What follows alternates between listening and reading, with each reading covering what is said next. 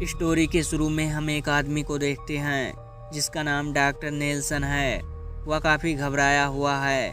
रात के वक्त चर्च में आता है और चर्च के फादर पीटर को अपने साथ घर लेकर चला जाता है। उनके घर में कोई प्रॉब्लम है जिसकी वजह से फादर पीटर की उनको ज़रूरत पड़ जाती है। अब फादर डॉक्टर नेल्सन के साथ उनके घर जाते हैं तो देखते हैं एक लड़की को बहुत ही पावरफुल डीमन ने पजेस किया हुआ है। उस लड़की की हालत बहुत ख़राब है और उसका नाम मैगली है। यह भी चर्च में ही काम करती थी। दिल ही दिल में फादर पीटर उसे पसंद करते थे। फादर से मैगली की हालत देखी नहीं जाती और वह अपने टीचर को कॉल करते हैं जो कि उनके सीनियर भी हैं और उनका नाम माइकल है। वो उन्हें मैगली की कंडीशन के बारे में बताता है और उन्हें एग्जॉर्जिज्म करने को कहता है। फादर माइकल कहते हैं कि 2 दिन वेट करो, अभी तुम्हारी ट्रेनिंग मुकम्मल नहीं हुई। फादर उनकी बात पर अमल नहीं करते और एग्जॉर्जिज्म शुरू करते हैं। वो मैगली पर हॉली वाटर फेंकते हैं और रिचुअल पढ़ना शुरू करते हैं। वो डीमन जो मैगली की पार्टी में था वो उनका ध्यान भड़काता है, लेकिन फादर अपने आप को कंट्रोल करते हैं। डीमन जानता था कि फादर मैगली को पसंद करते हैं और उन्हें सेड्यूस करता है। फादर रिचुअल पढ़ना जारी रखते हैं और मैगली बेहोश हो जाती है। फादर मैगली के पास आते हैं। यहाँ ट्विस्ट ये आता है कि मैगली तो नॉर्मल हो चुकी है, लेकिन वो डीमन अब फादर की बॉडी में आ चुका है। फादर अब पेजेस्ट हो चुके थे, डीमन के कंट्रोल में थे, इसलिए डीमन अब उनको मैगली के साथ मेकआउट करवाता है। जब उन्होंने एक एग्जॉर्जिज्म शुरू किया था, फादर ने एक कैमरा सेट किया था और यह सब उसी कैमरे में रिकॉर्ड हो जाता है। फादर पीटर को अब यह गुनाह सारी ज़िंदगी पनिश करेगा। फिर सीन शिफ्ट होता है और हम देखते हैं कि 18 साल गुजर चुके हैं। फादर पीटर गांव वालों के लिए खाना लेकर आते हैं। फादर इन गरीब गांव वालों की हेल्प करते हैं और चर्च में यतीम बच्चों की देखभाल भी करते हैं। एक औरत फादर पीटर को बुलाने आती है। जब वो उसके घर में जाते हैं तो देखते हैं कि बच्चे की हालत बहुत ख़राब है। वो उस पर हॉली वाटर फेंकते हैं, लेकिन इस बच्चे पर कोई जिन्नात वगैरह नहीं थे, तो खुद वो हॉस्पिटल लेकर जाते हैं। वहाँ जाने पर पता चलता है कि हॉस्पिटल में मेडिसिन वगैरह नहीं है, ना कोई इस बीमारी का प्रॉपर इलाज है। इस बीमारी में बच्चे जिस पर मिस्टीरियस सुर्ख रंग के जख्म हुए। अब तक इस बीमारी से 4 बच्चों की डेथ हो चुकी है। फादर को लगता है कि यह सब उनके गुनाह की वजह से हो रहा है। वो खुद को कसूरवार समझते हैं। वो फैसला करते हैं कि सीनियर फादर बिशप को वो ये सब स्टोरी बताएंगे। वो टेप रिकॉर्डर देने की और सच बताने की हिम्मत कर रहे होते हैं कि वो फादर पीटर को कुछ फंड्स देते हैं जिससे वो बच्चों के लिए मेडिसिन वगैरह लेकर आते हैं। फादर अपने उसी गुनाह के गिल्ट में होते हैं और रात को गार्ड से माफ़ी मांग रहे होते हैं, तो तभी उन्हें किसी चीज़ की आवाज़ आती है। वो जाकर देखते हैं जीसस की मूर्ति गायब है और उन्हें फर्श पर खून नज़र आता है। फिर वो देखते हैं कोई बॉडी उल्टी पड़ी है और अंधेरा है जिसमें उन्हें सही नज़र नहीं आ रहा है। अचानक जीसस की मूर्ति जिंदा हो जाती है और उन्हें डीमन ने पजेस किया हुआ था। यह देखकर फादर डर जाते हैं और नींद से उनकी आँख खुल जाती है। फादर अपनी बॉडी को मूव नहीं कर पा रहे थे क्योंकि यह एक सपना था। उसी रात जेल में एक कैदी ने एक आदमी का हाथ काट लिया था। जिसका हाथ काटा वो उसे खाना देने के लिए आया था। उस लड़की का नाम स्पेंजा है। ये लड़की फादर पीटर का नाम ले रही थी। इस लड़की ने कोई जुर्म नहीं किया बल्कि पोजेस थी और उसने 14 दिन से कुछ भी नहीं खाया था। और जब फादर पीटर को कॉल करके ये सब बताता है और कहता है कि आप इस लड़की का इलाज करें, फादर डॉक्टर नेल्सन के साथ जेल में जाते हैं। वो डीमन जो स्पेंजा की बॉडी में थी वो फादर को उनका गुनाह याद करवाता है और कहता है मेरे अंदर 4 बच्चों की सोल है। मेरा और आपका सामना पहले हो चुका है। फादर और वह सब वहाँ से जाने लगते हैं तो उन्हें बहुत ज़ोरदार चीज़ों की आवाज़ आती है जो कि इन सब के लिए बर्दाश्त करना मुश्किल था। फादर एग्जॉर्जिज्म के लिए कर देते हैं। फिर वहाँ एक्सपेंजा की मॉम आती है जो कि मैगली है। वो उन्हें कहती है आप एग्जॉर्जिज्म करेंगे।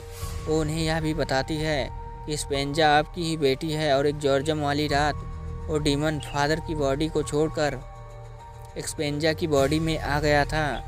एग्जॉर्जम वाली रात फादर ने जो गुनाह किया वो उन्होंने किसी को नहीं बताया था। फादर को अपने आप पर गुस्सा नहीं लगता है कि उनकी वजह से उनकी बेटी को पजेस्ट होकर तकलीफ़ उठाना पड़ी है। वो मैगली से माफ़ी मांगते हैं, वो फादर को माफ़ भी कर देती है। वो फैसला करते हैं एग्जॉर्जिम करेंगे और इसके लिए वो फादर बिशप से परमिशन लेते हैं। फादर को हर रात वही ड्रीम आता है कि जीसस की बॉडी में इविल आ गया है। अब आर्फनेज में उसी बच्चे की डेथ भी हो जाती है जो बीमार था। स्पेंजा के एग्जॉर्जिम के लिए फादर पीटर फादर माइकल से मिलते हैं, जो कि मूवी के स्टार्ट में हमने देखे थे और जिन्होंने मैगली के एग्जॉर्जिम के लिए फादर पीटर को मना किया था।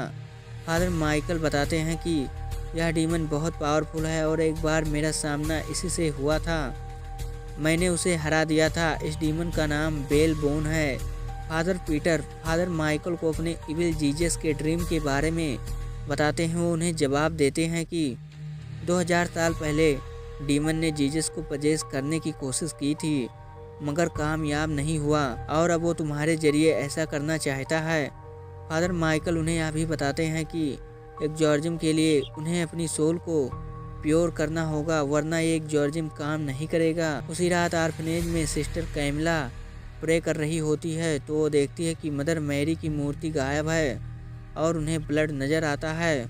उसे फॉलो करने पर वह देखती है कि एक चादर है। वो उसे हटाकर देखती है तो उसके अंदर एक मरे हुए बच्चे की बॉडी है।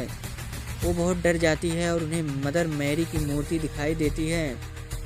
डीमन ने जिसे पजेस कर लिया है वो मिस्टर कैमिला को साल ले जाती है। बच्चे बहुत डर जाते हैं और रूम को लॉक कर देते हैं। रूम के अंदर कैमिला आती है जो अब पजेस्ट हो चुकी है और बच्चों पर अटैक करने वाली होती है, लेकिन तभी वहाँ मैगली आती है और कैमिला को रोकती है। चीख की आवाज़ से दोनों फादर वहाँ आते हैं और प्रेयर पढ़ते हैं। अब वो देखते हैं कि उन्हीं डीमन ने बच्चों पर अपना असर छोड़ दिया है और उनके जिन्स पर भी रेड कलर के जख्मों के निशान बन गए हैं। दोनों फादर एक्सपेंजा से मिलने जाते हैं और डीमन बेल बोन को उकसाते हैं और वो डीमन फादर माइकल पर अटैक करके उनका एक कान काट लेता है। डॉक्टर नेल्सन जल्दी से एक्सपेंजा को बेहोशी का इंजेक्शन लगाते हैं और वो बेहोश हो जाती है। हम देखते हैं इस जेल की बाकी लेडीज़ भी पजेस हो चुकी हैं और एक लेडी तो अपना सर दीवार पर टकरा रही है। दोनों फादर और डॉक्टर नेल्सन जेलर से कहते हैं कि हमें एग्जॉर्जिम करना है और जेल खाली करने चाहिए ताकि वह खतरनाक डीमन किसी और को पजेस ना करे, लेकिन जेलर नहीं मानता। तो डॉक्टर नेल्सन कहते हैं कि वह सबको नींद के इंजेक्शन लगा देंगे। वो सब लेडीज़ को नींद के इंजेक्शन लगाते हैं। वो पजेस थी और उन पर इस इंजेक्शन का कोई भी असर नहीं होता। अब रात के वक्त दोनों फादर एग्जॉर्जिम की तैयारी करते हैं। फादर माइकल फादर पीटर को अलर्ट करते हैं कि अब इस डीमन के बहकावे में नहीं आना है। सच को झूठ और झूठ को सच दिखाता है और आपको अपने आप पर यकीन रखना होगा, तभी इस डीमन का सामना कर सकते हैं। अब दोनों फादर डॉक्टर नेल्सन और गार्ड के साथ जेल में जाते हैं और अचानक लाइट चली जाती है। डॉक्टर और गार्ड लाइट को चेक करने जाते हैं। डॉक्टर नेल्सन देखते हैं यहाँ कोई गार्ड नहीं है और उसे ढूंढते हुए आगे जाते हैं तो उन्हें गार्ड की डेड बॉडी नज़र आती है जो बहुत बुरी हालत में है। इधर डॉक्टर नेल्सन को कोने में खड़ी एक लड़की दिखाई देती है जो रो रही है और अपना हाथ नोच रही है। डॉक्टर उसके पास जाने लगते हैं तो पीछे से एक्सपेंजा आ जाती है और डॉक्टर पर अटैक करती है। जेल के सब लॉक ओपन थे और अंदर कोई लेडी नहीं थी। एक्सपेंजा का लॉक भी ओपन था और वो भी बाहर आ चुकी थी। अब दोनों फादर एक्सपेंजा को ढूंढने लगते हैं, तभी उनके सामने जेल की लेडीज़ आती हैं जो पजेस्ट हैं। वो सब मिलकर फादर पर अटैक करने लगती हैं। दोनों फादर प्रेयर पढ़ने लगते हैं। फादर माइकल की प्रेयर का असर होता है, लेकिन फादर पीटर की प्रेयर का कोई असर नहीं हो रहा था। फादर माइकल पीटर को कहते हैं कि तुमने जो गुनाह किया है उसे कन्फेस करो और अपनी सोल को प्योर करो ताकि तुम्हारी प्रेयर का असर हो और तुम डीमन का सामना कर सको। मैं डीमन को यही मार सकता हूँ। यहाँ पर एक और सीक्रेट रिवील होता है कि फादर माइकल पीटर को बताते हैं कि जब लास्ट टाइम मेरा इस डीमन से सामना हुआ था तो मैंने इस डीमन से अपनी सोल की डील की। अब एक लेडी फादर माइकल पर अटैक करके उन्हें मार देती है और वो हमेशा के लिए जहन्नुम में चले गए। अब फादर पीटर फ़ोन में रिकॉर्डिंग करके अपना गुनाह कबूल करते हैं और वीडियो भी सबको सेंड करते हैं। एक्सपेंजा फादर पीटर के सर पर मार कर उन्हें बेहोश कर देती है। फादर पीटर की जब आँख खुलती है तो देखते हैं उस डीमन ने उन्हें जंजीरों में जकड़ा हुआ है और वो ज़ोर ज़ोर से प्रेयर पढ़ते हैं और एग्जॉर्सिज्म शुरू करते हैं। अब एक्सपेंजा और बाकी पजेस्ट लेडी भी प्रेयर को उल्टा पढ़ने लगती हैं ताकि फादर पीटर की बॉडी से गॉड को निकाल दिया जाए और डीमन उनकी बॉडी में घुस जाए।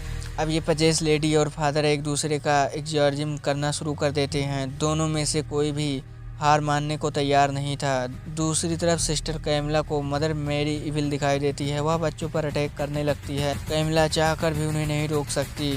फिर इस डीमन बेलबन और फादर के दरमियान एक डील होती है जिसकी वजह से वो बच्चे बच जाते हैं और एक्सपेंजा भी वो डील थी कि डीमन फादर की बॉडी से गार्ड को निकाल देगा और खुद अंदर दाखिल होगा। फादर इन सब को बचा लेते हैं। हालांकि फादर माइकल ने उन्हें डीमन के साथ डील करने से मना किया था। अब सब कुछ नॉर्मल हो जाता है। एक्सपेंजा और बाकी बच्चे ठीक हो जाते हैं। एक्सपेंजा फादर का शुक्रिया अदा करने आती है और उनका हाथ पकड़ती है जिससे फादर का हाथ जल जाता है क्योंकि उन्हें डीमन ने पजेस किया हुआ था। अब वह बिशप भी आता है जो कि इस डीमन का फॉलोअर है।